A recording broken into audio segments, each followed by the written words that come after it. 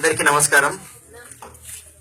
ముందుగా పిల్లలు నిజంగా మీ ఎక్సైట్మెంట్ చూస్తుంటే నేను మీ దగ్గరకు వచ్చి మళ్ళీ పిల్లల్ని మళ్ళీ స్టడీ చేయాలని అంత ఆనందంగా ఉంది. ఫస్ట్ ఆఫ్ ఆల్ పిల్లలు మీ అందరికి చాలా థ్యాంక్స్. ఇంత నిశ్శబ్దంగా ఇంత ఇంత పంచువాలిటీతో మీరందరూ కూర్చొని వింటూ మీ మాటలు మీ నోట్ల నుంచి వచ్చే చిన్న చిన్న మాటలు అవి ముత్యాలతో సమానం. అంత బాగా మాట్లాడారు. I'm very proud. Me private schools కన్నా యువర్ 100% బెటర్. చాలా ప్రైవేట్ స్కూల్స్ కన్నా your 100% better. Your speaking in a very good English and I'm really glad, very much glad. ఇంకా వెళ్తే ఇంకా కార్యక్రమంలోకి వెళ్తే పెద్దలు గౌరవనీయులు మా పెద్దన్నయ్య, మీ అందరూ ఒక తోడబుట్టిన వాళ్ళలాగా మా పెద్దన్నయ్య నరేంద్ర రెడ్డి హనుమండ్ల గారు ఏ చిన్న అవసరం ఉన్నా అన్నయ్య అంటే ఆన్ ద స్పాట్, ఆయన ఎంత బిజీగా ఉన్నా, ఎమ్మెల్యేతో ఉన్నా, ఎంపీతో ఉన్నా, ఒక నిమిషం కాల్ అటెండ్ చేసి మనోజ్ చెప్పు ఏం మాట్లాడదాం, ఏంటి, ఎలా చేద్దాం, ఇంకెలా డెవలప్ చేద్దామని. ఆయనతో నేను ఒక అర్ధ గంట మాట్లాడిన తర్వాత అర్థమైంది ఆయన ఒక డిక్షనరీ అని. ఆయన సామాన్య మనిషిలా కనబడతాడు కానీ ఒక డిక్షనరీ. ఆయన దగ్గర ఉన్నంత నాలెడ్జ్ ఒక విలేజ్ డెవలప్మెంట్ కి ఎంతో యూజ్ అయ్యేంత నాలెడ్జ్ ఉంది. సో ముందు ముందు మీకు మీ ఇద్దరం చాలా డెవలప్మెంట్ లో ఇన్వాల్వ్ అవ్వాలి, ఆయనతో కలిసి పనిచేయాలనేది నా డ్రీమ్. అండ్ ఇంకా వైస్ చైర్మన్ గారికి sir thank you for coming. అలాగే స్టేజ్ మీద ఉన్న పెద్దలు గౌరవనీయులు and 100 smiles adviser. Actually 100 smiles పెట్టడానికి కారణం నా పక్కన ఉన్న ఇద్దరు the big heads of 100 smiles is Mrs Kalpana and Mr Mahesh. The big heads.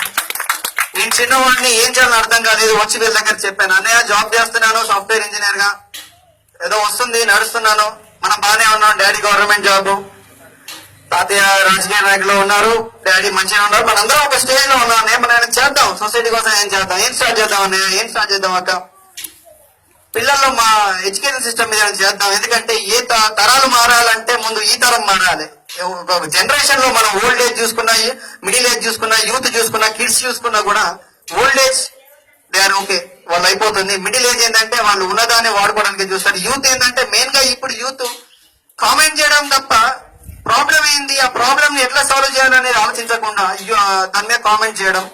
వ్యవస్థ ఇట్లా లేదు, మోడీ ఇట్లా చేయకుండా బాగుండు, అట్లా ఎట్లా బాగుండు, లేకపోతే ట్రంప్ ఇట్లా ఉండకూడదు అని కామెంట్ చేయడం కాదు. కానీ మనం ఏం చేస్తున్నాం, వాట్ వీఆర్ డూయింగ్. సిస్టమ్ బాగలేదు అనడం కాదు, ఆ సిస్టమ్ లో నువ్వు భాగమే. నువ్వేం చేస్తున్నావు నీ సిస్టమ్ బాగుకోసం. అలా స్టార్ట్ అయిన నా జర్నీ వీళ్ళ దగ్గరకు వచ్చిన తర్వాత ఒక 100 స్మైల్స్ గా మారింది. హైదరాబాద్ లో నా కొలీగ్స్ తో మాట్లాడాను, నా ఈ ఆలోచన వాళ్ళకి చెప్పాను, ఇలా చేద్దాం రా, స్కూల్స్ తీసుకుందాం, డెవలప్ చేద్దాం, పిల్లల్లో ఉన్న చైతన్యాన్ని తీసుకొద్దాం, వాళ్ళని మార్చగలిగితే నెక్స్ట్ 30 years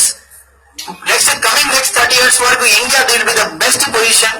యాక్చువల్లీ యూత్ తీసుకోవాల్సిన ప్లేస్ ని యూత్ కమెంట్ చేయడం వరకే ఉండిపోతుంది. కాబట్టి పిల్లల నుంచి మనం స్టార్ట్ చేద్దాం, చిన్న జనరేషన్ నుంచి స్టార్ట్ చేద్దాం, వాళ్ళని ఇప్పటి నుంచే డెవలప్ చేయడం మొదలు పెడదాం, వాళ్ళలో ఒక ఎన్విరాన్మెంట్ తీసుకొద్దాం, వాళ్ళలో ఒక సొసైటీ కన్సర్న్ తీసుకొద్దాం. సో దట్ వాళ్ళే డెవలప్ అయ్యి సొసైటీని డెవలప్ చేస్తారు అనే ఒక ముఖ్య ఉద్దేశంతో 100 స్మైల్స్ స్టార్ట్ చేయడం జరిగింది.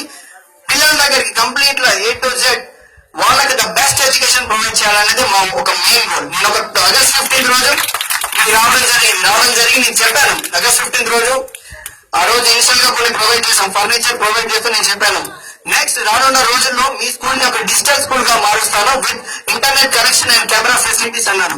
నేను చాలా గర్వంగా చెప్తున్నాను, మహబూబాద్ జిల్లాలో ఎంటైర్ మహబూబాద్ డిస్ట్రిక్ట్ లో ఇంటర్నెట్ సదుపాయాలతో digi classroom and camera facilities ఉన్న ఏకైక స్కూల్ గా మీ స్కూల్ ఉంది. గవర్నమెంట్ చేస్తుంది, government is doing good. I'm not commenting on the government but they are doing good. So parallelly మనం కూడా చేయాలి. మనం కూడా మన ప్రతి ఒక్కరికి సొసైటీ మీద, ప్రతి ఒక్కరు సొసైటీకి బాధ్యత. సొసైటీ బాగుపడాలన్నా చెడిపోవాలన్నా ప్రతి ఒక్కరి వల్ల అవుతుంది. సో నా వల్ల నేను సొసైటీని బాగు చేయాలని డిసిజన్ తీసుకొని ఇక్కడికి వచ్చాను. నాతో పాటు ఒక 100-200 మంది ఉన్నారు నా ఫ్రెండ్స్ అందరూ. ఈ రోజు ఇక్కడ ఫంక్షన్ చేయడానికి వాళ్ళందరూ కారణం. నేను మాట్లాడే గొంతుగా నాదైనా సరే దీన్ని మాట్లాడడానికి కారణం వాళ్ళందరూ. హైదరాబాద్ లో ఉండి వాళ్ళందరూ రిమోట్ ద్వారా నన్ను ఆపరేట్ చేస్తున్నారు, అలా మాట్లాడుతున్నాను నేను. సో వాళ్ళందరికీ నా స్పెషల్ థ్యాంక్స్. అండ్ ఇంకా ముందు రోజుల్లో ఈ డిజి క్లాస్ రూమ్ అనేది ఎట్లా వర్క్ చేస్తుందో కూడా నేను మీకు చెప్తాను. సో మేమేం చేస్తామంటే అరౌండ్ స్టేట్ లో కానీ, అరౌండ్ ఇండియాలో కానీ, ఓవరాల్ గ్లోబ్ మీద కానీ బెస్ట్ సబ్జెక్ట్ ఎక్స్పర్టీస్ అంటే ఒక మ్యాథ్స్ తీసుకుంటే మ్యాథ్స్ లో మన స్టేట్ లో ఉన్న బెస్ట్ టీచర్ ఎవరు దగ్గర తెలుసుకొని ఆ టీచర్ దగ్గరికి వెళ్ళి వాళ్ళ ముందు కెమెరా పెట్టి మన స్కూల్లో లోపల కెమెరా ఉంటుంది.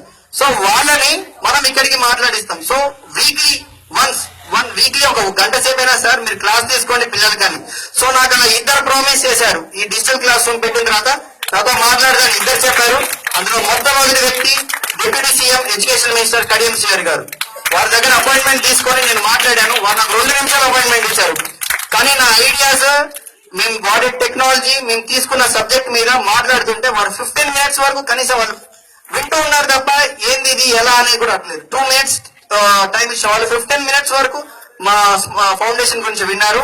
And end of the day వాళ్ళు మాకు చెప్పారు, Manoj it was very good programme and నేను కూడా వెబ్సైట్ గా మాట్లాడతాను. I will also talk to the children in the school అని చెప్పేసి కడియం శ్రీహరి గారు చెప్పారు. అండ్ రెండో పర్సన్ ఎవరంటే డాక్టర్ జయప్రకాష్ నారాయణ ఐఏఎస్ గారు, ఫౌండర్ ఆఫ్ లోక్సత్తా. ఆయన యాక్చువల్లీ 26 రోజు ఇక్కడ వద్దాం అనుకున్నాడు. బట్ ఆయన సెమినార్ అండ్ వేరే ఫ్యామిలీ పర్సనల్ పని మీద ఆయన యూఎస్ వెళ్ళడం జరిగింది. లేకపోతే డెఫినెట్లీ ఆయన జయప్రకాష్ నారాయణ గారికి రావాల్సిన వాడు.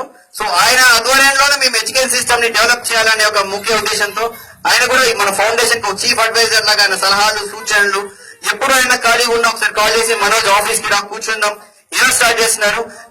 నా వయసులో కూడా నేను ఇంకా చదువుకోవడానికి నాకు చదువుకోవడానికి 25 ఏళ్ళు పట్టింది. మీరు 20 ఏళ్లలో ఎడ్యుకేషన్ సిస్టమ్ కంప్లీట్ చేసి you are coming to the society work. I'm very glad ఇట్లాంటి యూత్ రావాలని చెప్పేసి అని అన్నారు. సో యూతే కాదు పిల్లల్లో కూడా చైతన్యం తీసుకురావాలి, పిల్లలు కూడా అంత టెక్నాలజీ వైజ్ హైయెస్ట్ గ్రేడ్ లో ఉండాలని చెప్పేసి మా ముఖ్య ఉద్దేశం. ఇంకోసారి మనం క్షమించాలి, టైం ఇంకో 5 మినిట్స్ లో నేను కంప్లీట్ చేస్తాం. ఇంకోసారి మనం నేషనల్ ఎడ్యుకేషన్ సిస్టమ్ గురించి మనం మాట్లాడితే పీసా అనే అత్యున్నత survey, programme institute of student assessment అనే సర్వే ఇంటర్నేషనల్ గా ఎడ్యుకేషన్ సిస్టమ్ మీద సర్వే చేస్తే 75 దేశాలు అందులో పాల్గొంటే మన భారతదేశం కూడా అందులో పాల్గొంది. మన పొజిషన్ ఏంటి తెలుసా?